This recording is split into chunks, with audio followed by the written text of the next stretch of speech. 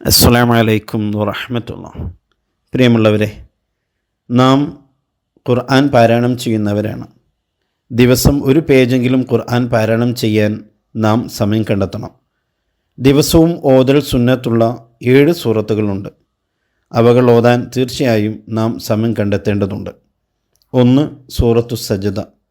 മുത്തുനബി സല്ലല്ലാഹു അലൈഹി വസല്ലം പറഞ്ഞു, ആരെങ്കിലും വീട്ടിൽ വെച്ച് സൂറത്തു സജ്ദ ഓതിയാൽ 3 ദിവസം പിശാച് ആ വീട്ടിൽ പ്രവേശിക്കുകയില്ല. രണ്ടാമത്തെ സൂറത്തു യാസീനാണ്.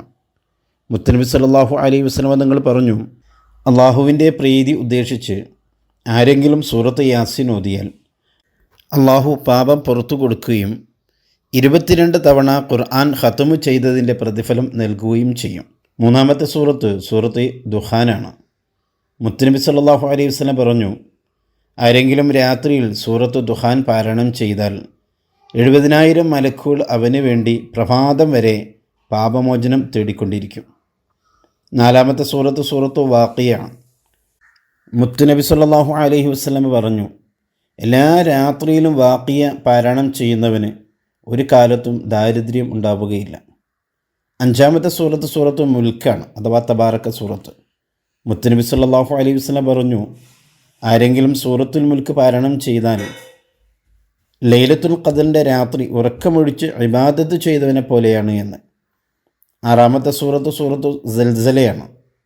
മുത്തുനബി സല്ലല്ലാഹു അലൈഹി വസല്ലം പറഞ്ഞു, സൽസല സൂറത്ത് 4 പ്രാവശ്യം പാരായണം ചെയ്താൽ ഖുർആൻ മുഴുവനും പാരായണം ചെയ്ത ഫലമാണ്.